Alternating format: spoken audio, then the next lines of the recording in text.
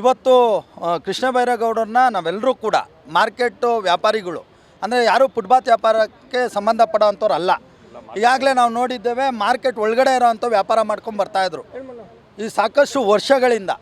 ಈಗಾಗಲೇ ಅವ್ರ ಜೀವನಗಳು ಹೇಗಾಗಿದೆ ಅಂದರೆ, ಮನೆಗಳ್ನ ಬಾಡಿಗೆಗಳು ಕಟ್ಟಲಿಕ್ಕೆ ಆಗ್ತಾಯಿಲ್ಲ, ವ್ಯಾಪಾರ ಮಾಡಿ ಅವತ್ತೊಂದು ಜೀವನ ಮಾಡ್ತಾ ಇರೋರು ಇವತ್ತಿನ ಪರಿಸ್ಥಿತಿ ಬೀದಿಗೆ ಬಂದು ನಿಂತಿದ್ದಾರೆ. ಕೃಷ್ಣ ಬೈರೇಗೌಡರು ಅದನ್ನು ಅರ್ಥ ಮಾಡ್ಕೊಬೇಕು. ಒಂದು ಸಚಿವರಾಗಿದ್ದ ತಕ್ಷಣ ಎ ಸಿ ರೂಮಲ್ಲಿ ಕೂತು ತಾವೇನಾದರೂ ಒಂದು ಆದೇಶ ಮಾಡ್ತೀರಿ ಅಂದರೆ ಅಲ್ಲಿ ಏನು ಸಮಸ್ಯೆ ಆಗುತ್ತೆ ಅನ್ನೋದನ್ನ ಅರ್ಥ ಮಾಡ್ಕೊಂಡಿಲ್ಲ ಅನ್ನೋದು ಒಂದು ನೋವಿನ ವಿಚಾರ.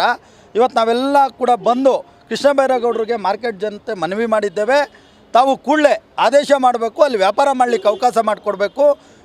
ಕೃಷ್ಣರಾಜೇಂದ್ರ ಒಡೆಯರವರು ಯಾವ ಉದ್ದೇಶಕ್ಕೆ ಕೊಟ್ಟರು ಮಾರ್ಕೆಟ್ನ, ಯಾವ ವಿಚಾರಕ್ಕೆ ಕೊಟ್ಟರು? ಬಡ ವ್ಯಾಪಾರಿಗಳೇನಿದ್ದಾರೆ ಜೀವನ ಮಾಡ್ಕೊಂಡು ತಿನ್ಕೊಂಡು ಹೋಗಲಿ, ಅವರ ಸಮಸ್ಯೆಗಳು ಬಗೆಹರಿಸ್ಕೊಳ್ಳಿ ಅಂತ ಹೇಳಿ ಮಹಾರಾಜರ ಜಾಗನ ತಾವೆಲ್ಲ ಕಮರ್ಷಿಯಲ್ ಮಾಡ್ಕೊಂಡ್ಬಿಟ್ಟಿದ್ದೀರಿ. ಈಗಾಗಲೇ ಅಲ್ಲಿ ಒಂದು ಅಂಗಡಿ ಬಾಡಿಗೆನ ಇವರು ಅವರಲ್ಲ ಪಾರ್ಕಿಂಗವರು, ರೈಟ್ ಪಾರ್ಕಿಂಗವರು, ಒಂದು ಅಂಗಡಿಗೆ ಸುಮಾರು 400ರಿಂದ 500 ರೂಪಾಯಿ ಬಾಡಿಗೆ ಇದೆ ತಿಂಗಳಿಗೆ. ದಿನಕ್ಕೆ 500 ರೂಪಾಯಿ ಕಲೆಕ್ಷನ್ ಮಾಡ್ತಾ ಇದ್ದಾರೆ. ಏನು ಹೈಟೆಕ್ ಮಾಡೋಕ್ಕೆ ಹೋಗ್ತಾ ಇದ್ದೀರಿ ಮಾರ್ಕೆಟು? ಹೈಟೆಕ್ ಮಾಡೋ ಅಂಥ ಉದ್ದೇಶ ಬೇಡ, ಬಡವ್ರಿಗೆ ಹೈಟೆಕ್ ಮಾಡಿಕೊಡಿ, ಅವ್ರ ಜೀವನ ಹೈಟೆಕ್ ಆಗಲಿ. ಅದನ್ನು ಬಿಟ್ಟು ತಾವು ಯಾವುದೋ ಒಂದು ರೀತಿ ಅದನ್ನು ಡೆವಲಪ್ಮೆಂಟ್ ಮಾಡಿ ಹೈಟೆಕ್ ಮಾಡಿ ನಾಳೆ ಕಮರ್ಷಿಯಲ್ ಮಾಡಿಬಿಟ್ಟು ಇವ್ರನ್ನೆಲ್ಲ ಬೀದಿಗೆ ತಳ್ಳೋಣ ಅಂದರೆ ಆಗೋದಿಲ್ಲ. ಅಲ್ಲಿ ಸಾವಿರಾರು ಜನ ಇದ್ದಾರೆ, ಸಾವಿರಾರು ಜನನೂ ಕೂಡ ಬೀದಿಗೆ ಇಳಿದು ಹೋರಾಟ ಮಾಡೋವಂಥ ಸಂದರ್ಭ ಬರುತ್ತೆ. ತಾವು ಅಂದ್ಕೊಂಡಿರ್ಬೋದು JCB ಬಂದು ನಾವು ಓಡಿಸ್ಬಿಡ್ತೀವಿ, ಪೊಲೀಸ್ ವ್ಯಾನ್ನ ಇಟ್ಟು ಓಡಿಸ್ಬಿಡ್ತೀವಿ ಅಂದರೆ ಸಾಧ್ಯ ಇಲ್ಲ. ಯಾವುದೇ ಕಾರಣಕ್ಕೂ ಯಾವುದೇ ರೀತಿಯಲ್ಲಿ ನಾವು ಭಯ ಬೀಳೋವಂಥ ಜನ ಅಲ್ಲ. ಮಾರ್ಕೆಟ್ ಜನರು ಕೆಳಗಡೆ ಇಟ್ಟು ವ್ಯಾಪಾರ ಮಾಡ್ತಾವ್ರೆ ಅಂದರೆ ಅವ್ರಿಗೆ ಎಲ್ಲ ಗೊತ್ತಿದೆ. ಅಂದರೆ ಓಡಿಸಿದ್ರು ಮತ್ತೆ ಕೂರೋ ಅಂಥ ತಾಕತ್ತು ಮಾರ್ಕೆಟ್ ಜನತೆಗಿದೆ. ಅದರಿಂದ ಕೃಷ್ಣ ಬೈರೇಗೌಡರು ಅರ್ಥ ಮಾಡ್ಕೊಬೇಕು. ಸಚಿವರಾಗಿದ್ದರೆ ಏನು, ಈಗಾಗಲೇ ಸಾಕಷ್ಟು ಫುಟ್ಪಾತೇ ಅಲ್ಲ, ಫುಟ್ಪಾತ್ ವ್ಯಾಪಾರಿ, ನಾನು ಇಡೀ ಬೆಂಗಳೂರು ವಿಚಾರನೂ ಮಾತಾಡ್ತೀನಿ. ಫುಟ್ಪಾತ್ ಇಲ್ಲದೇ ಇರೋ ಅಂಥದ್ದನ್ನು ತಾವು JCB ಇಟ್ಟು ಅದೇ ಹೇಳೋರು, ಉತ್ತರ ಪ್ರದೇಶದಲ್ಲಿ JCB ರಾಜ್ಯ ಆಗಿದೆ ಅನ್ನಂಗೆ ಈಗ ಕರ್ನಾಟಕದಲ್ಲಿ JCB ರಾಜ್ಯ ಮಾಡ್ಲಿಕ್ಕೆ ಕೊಟ್ಟಿದ್ದೀರಿ. ಫುಟ್ಪಾತವ್ರನ್ನ ಪೊಲೀಸವ್ರನ್ನ ಇಟ್ಟು ಓಡಿಸ್ತಿರಲ್ರಿ, ನಿಮಗೆ ಕೇಳಕ್ಕೆ ಹೋದರೆ ಕೇಸ್ಗಳು ಹಾಕ್ತೀರಿ. ಏನು ಅಷ್ಟೊಂದು ಜನರ ಮೇಲೆ, ಜನರು ಅನ್ನೋದು ಪ್ರಜಾಪ್ರಭುತ್ವ ಅನ್ನೋದನ್ನ ಅರ್ಥ ಮಾಡ್ಕೊಬೇಕು. ಏನಂದ್ರೆ ಫುಟ್ಪಾತ್ ಅನ್ನೋದು ಪಾಪ ಇವರು ವ್ಯಾಪಾರ ಮಾಡ್ತಾ ಇರೋ ಜಾಗ ಕರೆಕ್ಟಾಗೇ ಇದೆ. ಮತ್ತೆ ಕೆಲವೊಂದು ಫುಟ್ಪಾತ್ ಅಲ್ಲಿ ಇದು ನಂದಿನಿ ಮಿಲ್ಕ್ ಅದನ್ನೆಲ್ಲ ಹಾಗೆ ಬಿಟ್ಟಿದ್ದಾರೆ. ಕೆಲವೊಂದು ಏನೇನ್ ಬೇಕೋ ಅದನ್ನೆಲ್ಲ ಹಾಗೆ ಬಿಟ್ಟಿದ್ದಾರೆ. ಅದನ್ನ ಯಾಕೆ ತೆರವು ಮಾಡ್ತಿಲ್ಲ ಅವರು? ಖಂಡಿತವಾಗ್ಲೂ ನಾವು ನೋಡಿದ್ರೆ ಮಲ್ಲೇಶ್ವರಮ್ಮು ಸಾಕಷ್ಟು ಅಂಗಡಿಗಳು ಇನ್ನು ತೆರವು ಮಾಡೋಕ್ಕೆ ತಾಕತ್ತೇ ಇಲ್ಲ ಇವ್ರಿಗೆ. ಮತ್ತು ನಾನು ಹೇಳೋ ಅಂಥದ್ದು, ಯಾರಿಗೂ ಹೊಡಿಬೇಡಿ, ಯಾವ ವ್ಯಾಪಾರಿಗೂ ತೊಂದರೆ ಕೊಡಬೇಡಿ ಅಂತ ಇದ್ದೀನಿ. ತಾವೇನಾದರೂ ಬದುಕಲಿಕ್ಕೆ ಅವಕಾಶ ಮಾಡ್ಕೊಳ್ಳಿಕ್ಕೆ ಸಾಧ್ಯ ಇಲ್ಲ ತಮ್ಮ ಕೈಯಲ್ಲಿ. ಈ ಬಡವ್ರನ್ನ ಮೇಲೆತ್ತೋಂಥ ತಾಕತ್ತು ನಿಮ್ಮ ಕೈಯಲ್ಲಿಲ್ಲ. ಯಾವುದೇ ಸರ್ಕಾರ ಆಗಿರಲಿ, ನಾನು ಹೇಳೋ ಅಂಥದ್ದು ಈ ಸರ್ಕಾರ ಆಗಿರಲಿ, ಇನ್ನೊಂದು ಸರ್ಕಾರ ಆಗಿರಲಿ, ಇವ್ರನ್ನ ಮೇಲೆತ್ತೋಂಥ ಕೆಲಸ ಆಗಬೇಕು. ಇವ್ರ ಜೀವನಕ್ಕೆ ಉಪಯೋಗ ಆಗೋವಂಥ ತೀರ್ಮಾನಗಳು ತಗೊಳ್ಳಿ. ತಾವೇನನ್ನ ವ್ಯವಸ್ಥೆ ಮಾಡಿಕೊಟ್ಟಿದ್ದೀರಿ. ಅವ್ರು ಯಾರೋ ಕಮಿಷನರ್ ಬಂದು ಹೇಳ್ತಾರೆ, ನಾವು ನಿಮಗೆ ಅಂಗಡಿ ಮಾಡಿಕೊಡ್ತೀವಿ. ಯಾರಿಗೆ ಅಂಗಡಿ ಮಾಡಿಕೊಡ್ತೀರಿ? ಅಲ್ಲಿರೋ ಅಂಥವ್ರು ಯಾರ್ದಾರ ತೊಗೊಂಡಿದ್ದೀರಾ, ನೇಮಿಸಿದ್ದೀರಾ, ಇಂಥವ್ರಿಗೆ ಅಂಗಡಿ ಮಾಡಿಕೊಡ್ತೀವಿ, ಇಂಥವ್ರಿಗೆ ಜಾಗ ಕೊಡ್ತೀವಿ ಅನ್ನೋದು ಯಾವುದಾದ್ರೂ ರೀತಿ ತಾವು ಏನು ಕೊಡ್ತೀನಿ ಅಂತಿದ್ದಾರೆ. ಇವಾಗ ಎತ್ತಿಸ್ಬಿಟ್ಟಿದಾರಲ್ವಾ, ಪರ್ಯಾಯವಾಗಿ ಏನು ಕೊಡ್ತೀನಿ ಅಂತ ಹೇಳಿದ್ದಾರೆ ಇವ್ರಿಗೆ. ಅಲ್ಲಲ್ಲ, ಅವ್ರು ಹೇಳೋ ಅಂಥದ್ದು ಮಾರ್ಕೆಟ್ ಒಳಗಡೆ ನಾವು ಅಂಗಡಿ ನಿರ್ಮಿಸ್ಕೊಡ್ತೀವಿ ಅಂತ ಹೇಳಿದ್ದಾರೆ. ಈಗಾಗಲೇ 30 ವರ್ಷ 40 ವರ್ಷ 50 ವರ್ಷದಿಂದ ವ್ಯಾಪಾರ ಮಾಡ್ತಾ ಇದ್ದಾರೆ.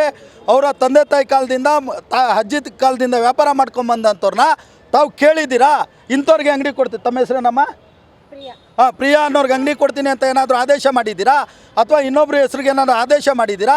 ಅಥವಾ ನೀವು ಅಲ್ಲಿ ಇದ್ದೀರಾ ಅಂತ ಹೇಳಿ ತಾವೇನಾದರೂ ಗುರ್ತನ್ನ ಮಾಡಿದ್ದೀರಾ? ತಾವು ಇಷ್ಟು ಜಾಗದಲ್ಲಿ ಇದ್ದೀರಾ, ಇಲ್ಲಿ ನಾವು ಅಂಗಡಿ ಕೊಟ್ಟರೆ ನಿಮಗೆ ಕೊಡ್ತೀವಿ ಅನ್ನೋದೇನೋ ಉದ್ದೇಶ ಹೇಳಿದ್ದೀರಾ? ತಾವೆಲ್ಲ ಕಮರ್ಷಿಯಲ್ ಮಾಡ್ಕೊಂಡಿದ್ದೀರಿ. ಇವತ್ತು ಅಂಗಡಿ ನಿರ್ಮಾಣ ಮಾಡ್ತೀರಿ. ಇದೇ ಮಾರ್ಕೆಟಲ್ಲಿ ಕೊತ್ತಂಬರಿ ಮಾರ್ಕೆಟ್ ಪಕ್ಕದಲ್ಲಿ ಅಂಗಡಿಗಳು ಮಾಡಿದ್ರು, ಯಾರು ಕೊಟ್ರಿ? ಎಷ್ಟು ದುಡ್ಡಿಗೆ ತಾವು ಮಾರ್ಕೊಂಡ್ರಿ? ಒಳಗಡೆ ಅಂಗಡಿ ಮಾಡಿದ್ರಿ, ಎಷ್ಟು ದುಡ್ಡಿಗೆ ಮಾರ್ಕೊಂಡ್ರಿ ಅನ್ನೋದು ನಮಗೆಲ್ಲ ಗೊತ್ತಿದೆ. ಫುಟ್ಪಾತ್ ವ್ಯಾಪಾರಿಗಳು ಜೀವನಕ್ಕೆ ಹೊಡೆಯುವಂಥದ್ದು ಬೇಡ, ಫುಟ್ಪಾತ್ ವ್ಯಾಪಾರಿಗಳಿಗೆ ತೊಂದರೆ ಕೊಡೋ ಅಂಥದ್ದು ಬೇಡ. ಮತ್ತು ಮಾರ್ಕೆಟ್ ಒಳಗಡೆ ವ್ಯಾಪಾರ ಮಾಡ್ತಾ ಇರೋರಿಗೆ ದಯವಿಟ್ಟು ಅವಕಾಶನ ಕಲ್ಪಿಸ್ಕೊಡಿ. ಈಗಲೇ ಕೊಡಬೇಕಿತ್ತು.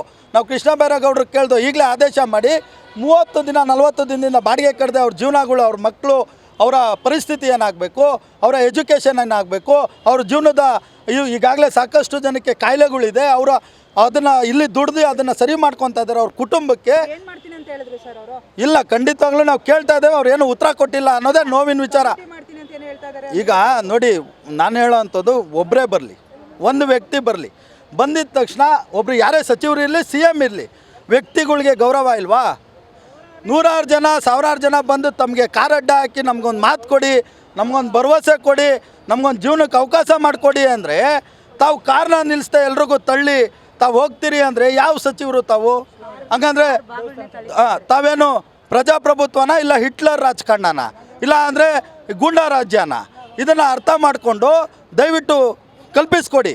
ಈಗಾಗಲೇ ನಾವು ಹೋರಾಟ ಮಾಡ್ತಾ ಇರೋ ಜೀವನಕ್ಕಾಗಿ.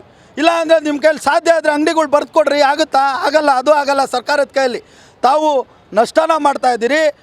ಕೊಟ್ಟಿರೋ ಅಂಥ ಮಾರ್ಕೆಟ್ನ ತಾವು ಕಮರ್ಷಿಯಲ್ ಆಗಿ ಬಳಸ್ಕೊಳ್ಳಿಕ್ಕೆ ಪ್ರಯತ್ನಗಳು ಏನು ನಡೀತಾ ಇದೆ, ಅದನ್ನು ಮಾಡಲಿಕ್ಕೆ ನಮಗೆ ಅವಕಾಶ ಇಲ್ಲ. ಮಾರ್ಕೆಟ್ ಹೇಗಿತ್ತು ಅದನ್ನು ಅಭಿವೃದ್ಧಿಗೊಳಿಸಿ, ಅದಕ್ಕೆ ನಮ್ಮ ತೊಂದರೆ ಇಲ್ಲ. ಆದರೆ ಒಳ್ಳೆ ರೀತಿಯಲ್ಲಿ ಅವಕಾಶ ಮಾಡಿಕೊಟ್ಟು ಬಡವ್ರಿಗೆ ಬದುಕಲಿಕ್ಕೆ ಅವಕಾಶ ಮಾಡಿಕೊಟ್ಟು ಆ ವಿಚಾರನ ಮುಂದುವರಿಸಿ ಅದನ್ನು ಯಾವ ರೀತಿ ವ್ಯವಸ್ಥೆ ಮಾಡ್ತೀರಾ ಅಂತ ಒಂದು ಹೇಳಿಕೆ ಕೊಟ್ಟಿದ್ದೀರಾ? ಅಥವಾ ನೀವು ಯಾರಿಗಾನ ಪರಿಶೀಲನೆ ಮಾಡಿದ್ದೀರಾ?